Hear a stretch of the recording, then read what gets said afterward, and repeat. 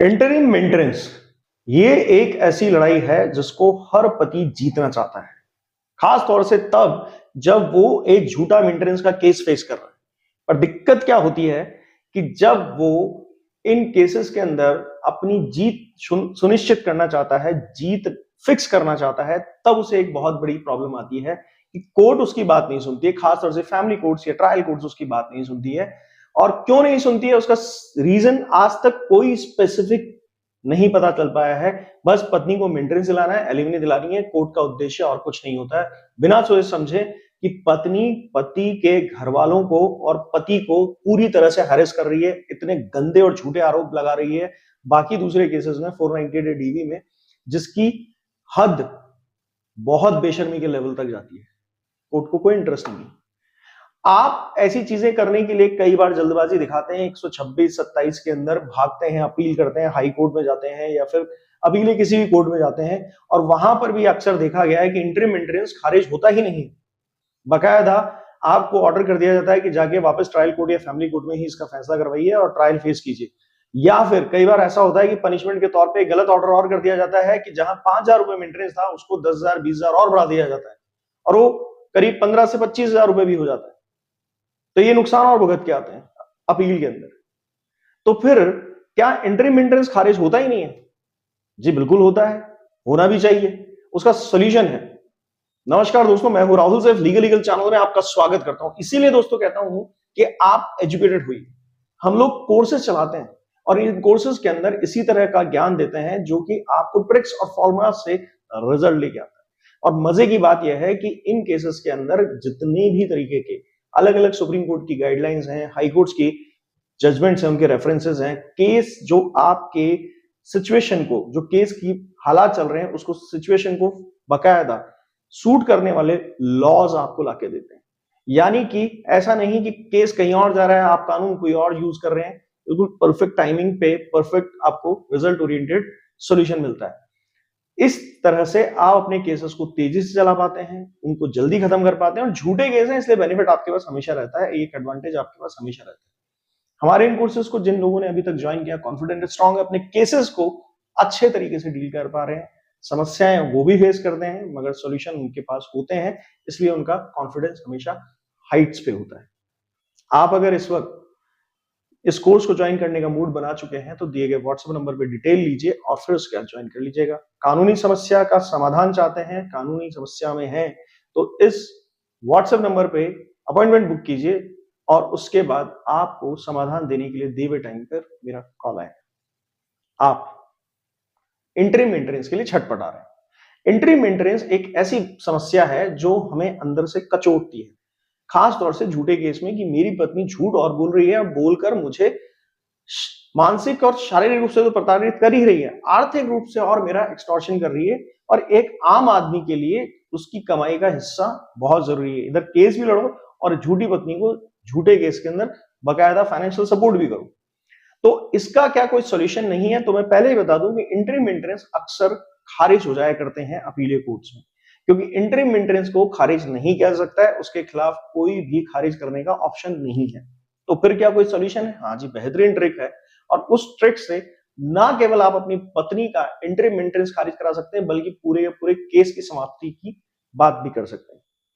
इसका तरीका क्या होता है? देखिए, अक्सर लोग क्या करते हैं कि जैसे ही इंटरिम मेंटेनेंस वाली स्थिति आती है या उससे पहले ही केस को क्वैश कराने या फिर किसी अपील के अंदर उसको खारिज कराने दौड़ पड़ते हैं अपील कोर्ट्स के अंदर।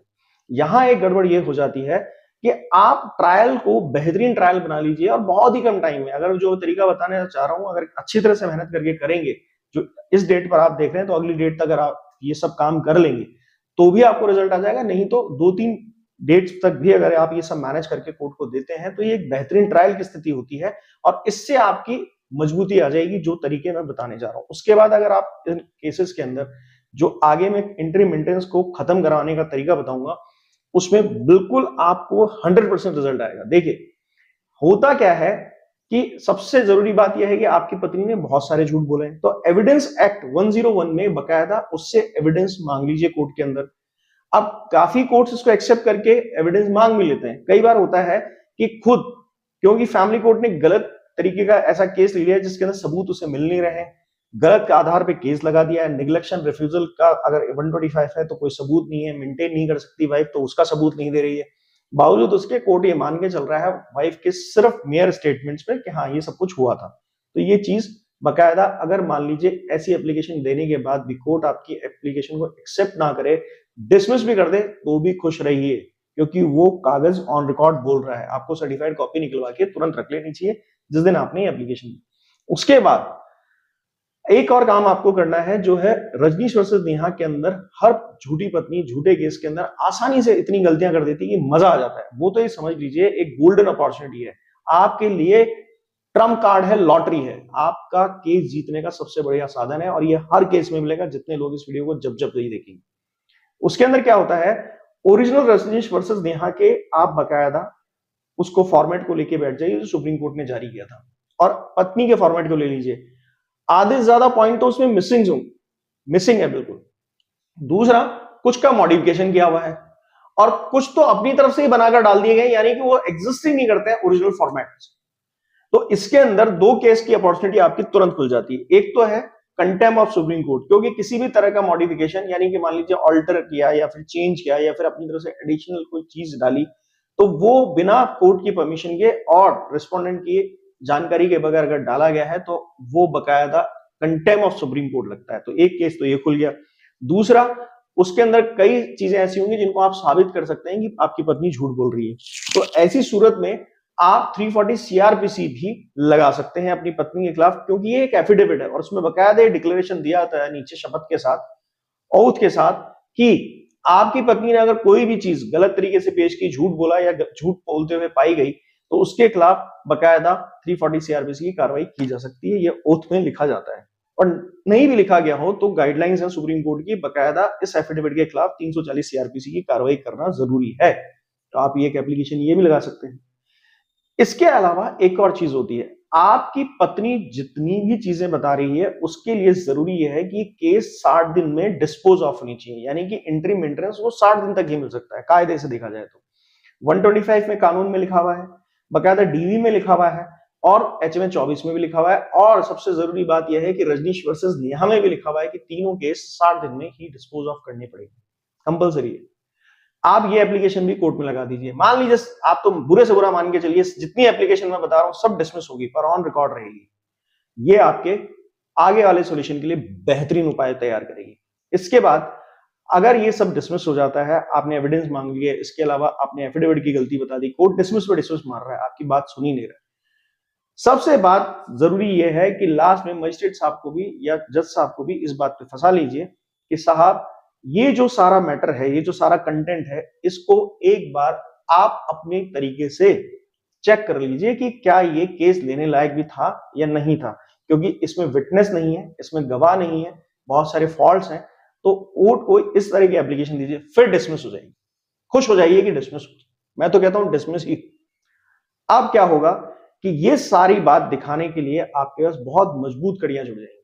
अब अगर आप प्रोसीजरल डिफेक्ट के आधार पर, यानी कि कोर्ट ने प्रोसीजर के डिफेक्ट को खड़ा कर दिया है, प्रोसीजर को फॉलो नहीं किया जो कि सुप्रीम कोर्ट की गाइडलाइन से है, लॉ के कंटेम्प्ट से है, और ये सब चीजें कोर्ट ने गलती खुलकर की है, आपके बताने सूचित करने के बाद भी की है, मतलब ना तो उसको कंसिडरेशन में ले रहे हैं, और वो आप तुरंत 482 सीआरपीसी में ऐसे फॉल्टी कॉग्निजेंस और इस तरह से झूठे मिथ्या आरोपों पर घड़े हुए केस को क्वैश कराने जाइए। सुनिएगा मेरी बात, ढंग से सुनिएगा।